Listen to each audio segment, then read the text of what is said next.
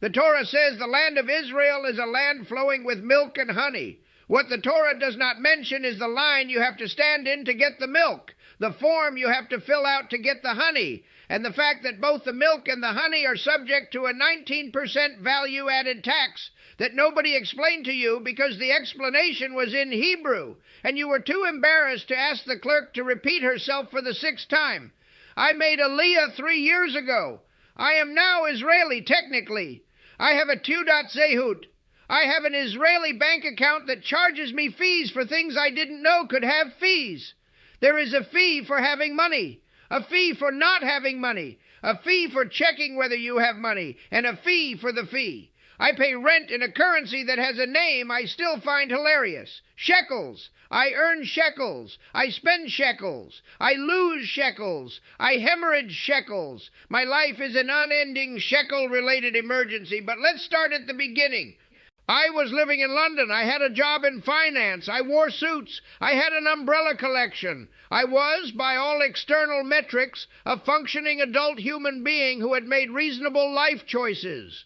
And then one day, and I can pinpoint the exact day, it was a Tuesday in November. It was raining, obviously, because it was London. I thought, what am I doing here? This is a dangerous thought. This is the thought that precedes every catastrophic life change in human history. What am I doing here? Said the guy before he quit law school to become a clown. What am I doing here? Said the woman before she left her husband for a yoga instructor named River. What am I doing here? Said me before I liquidated my pension, sold my flat in Zone 2, and announced to my bewildered parents that I was moving to the Middle East. Which part of the Middle East? Asked my father, a man who had spent 40 years carefully avoiding the Middle East. Israel, I said. Why? He asked, and the single syllable contained within it the entire spectrum of parental emotion, confusion, terror, disappointment, and the faint hope that this was a joke. It was not a joke. I had been seized by something. Call it Zionism. Call it a midlife crisis at 31. Call it the cumulative psychological damage of 7 consecutive British winters. Whatever it was, it had me in its grip, and I was going. The Jewish agency assigned me a caseworker. Her name was Tali, and she had the patient, gentle demeanor of a hospice nurse, which, in retrospect, was appropriate, because my former life was dying, and she was there to shepherd me through the transition. Tali sent me a checklist. The checklist was 11 pages long. I printed it out, and it looked like the terms and conditions for a mobile phone contract, except instead of agreeing to data collection, I was agreeing to abandon everything I knew and move to a country the size of New Jersey with the confidence of a continent. The documents. I need to tell you about the documents.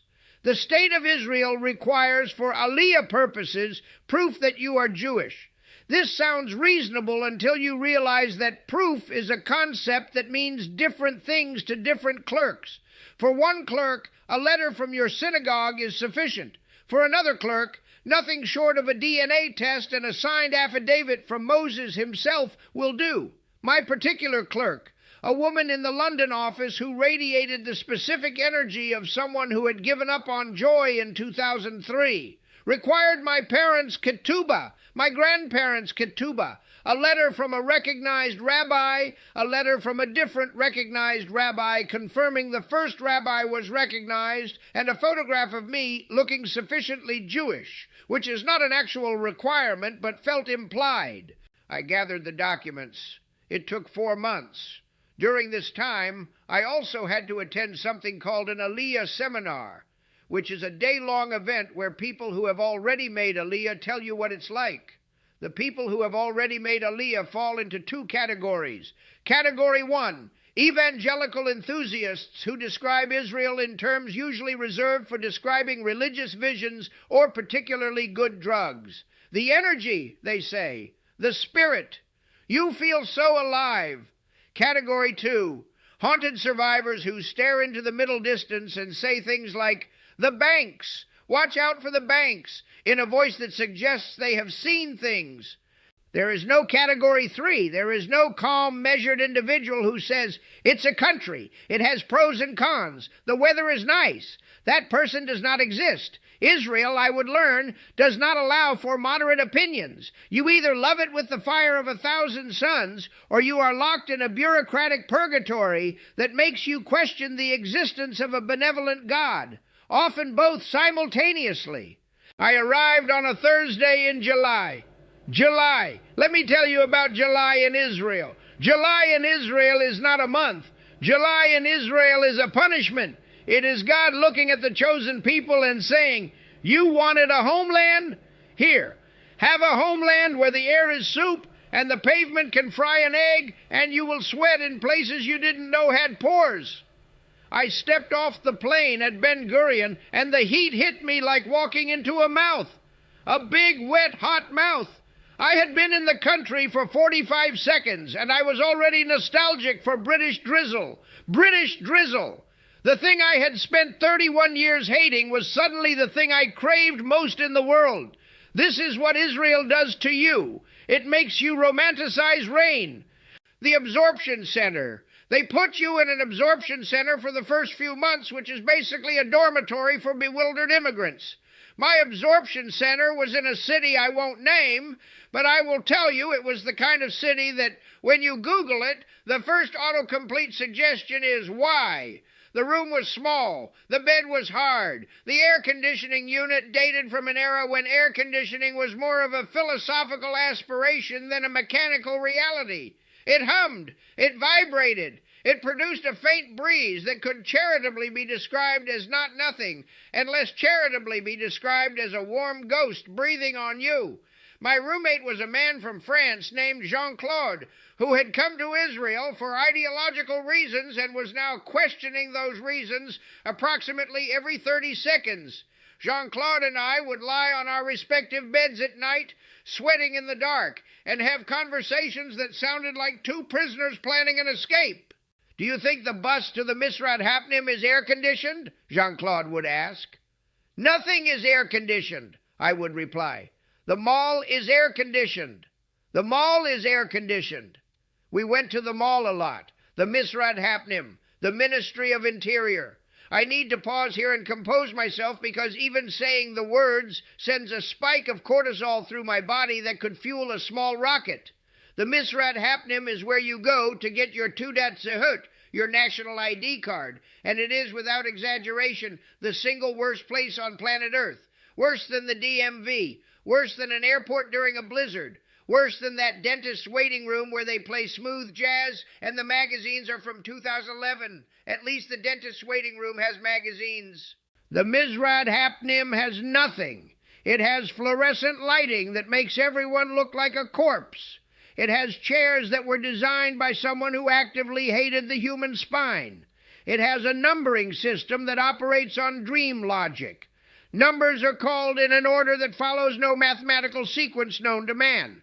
547, 219, 803, 42. You cannot predict your number. You cannot strategize. You simply wait and hope and slowly lose your grip on linear time. I went to the Misrat Hapnim 4 times before I successfully obtained my Teudat Zehut. The first time, I was missing a document. The second time, the computer was down. The third time, the specific clerk who handled my specific type of case was on her break, and her break lasted from when I arrived to when the office closed, a span of approximately 6 hours. I am not certain she was a real person. She may have been a bureaucratic ghost, invoked by the system to ensure that no process was ever completed on the third attempt. The fourth time, I arrived at 5 a.m. The office opened at 8. I was third in line. The first 2 people in line had been there since 3 a.m. One of them had a folding chair and a thermos. He was a veteran. He'd done this before. He looked at me with my naive, unthermosed self and shook his head slowly, the way a Marine looks at a new recruit who has shown up to boot camp in loafers. I got the Teudat Zehut. It was the greatest achievement of my life, greater than my degree, greater than my career. I had obtained a laminated card with my name on it, and it had only taken 11 weeks and 4 visits and approximately 20 hours of cumulative waiting and 1 full-blown existential crisis in a plastic chair under fluorescent lights. And then came the real challenge: living. Grocery shopping in Israel is an adventure in cultural recalibration. First, the cottage cheese. Israelis consume cottage cheese the way other nations consume water. It comes in 14 varieties. There is cottage cheese with olives, cottage cheese with za'atar, cottage cheese that is, as far as I can tell, just regular cottage cheese, but in a fancier container and costs 3 shekels more. The cottage cheese section of an Israeli supermarket is larger than the entire cheese section of a British Tesco. This is not an exaggeration, I measured. The checkout process. In Britain, you queue, you wait. You maintain a polite distance. You say sorry and thank you, and after you, with the mechanical precision of a well-oiled social machine. In Israel, the checkout line is a scrum. There is no queue. There is a mass of humanity pressing toward a single point, and the person who gets there first wins. I was not built for this. I was built for orderly queuing. I was built for apologizing when someone else stepped on my foot. I once said sorry to a shopping cart.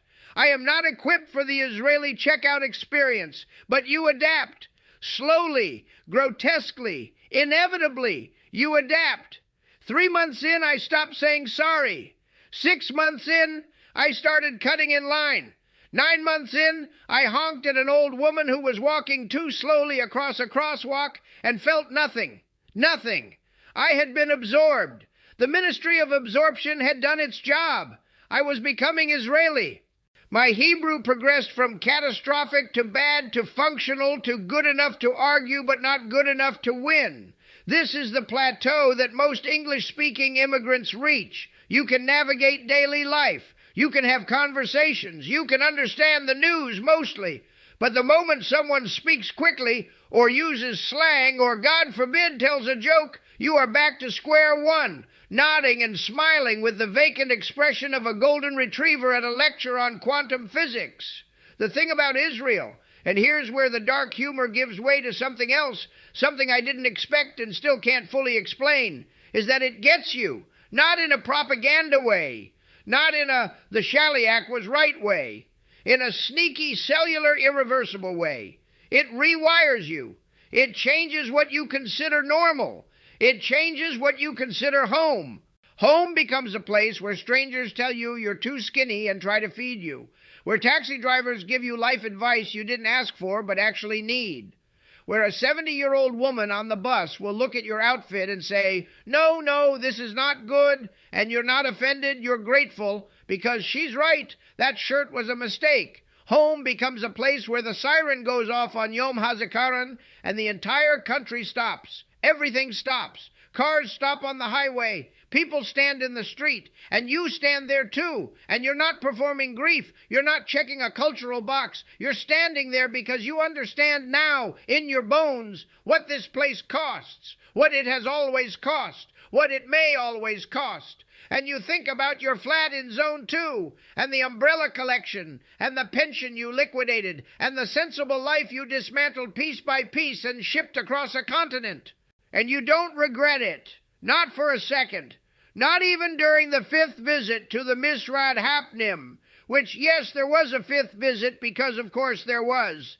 The Torah says a land flowing with milk and honey. What it doesn't say is that the milk is 5% cottage cheese. The honey is buried under 11 pages of paperwork, and the land itself will break you down, build you back up, charge you a fee for both, and somehow, against all logic and reason, make you love it. Milk, honey, crippling bureaucracy, welcome home.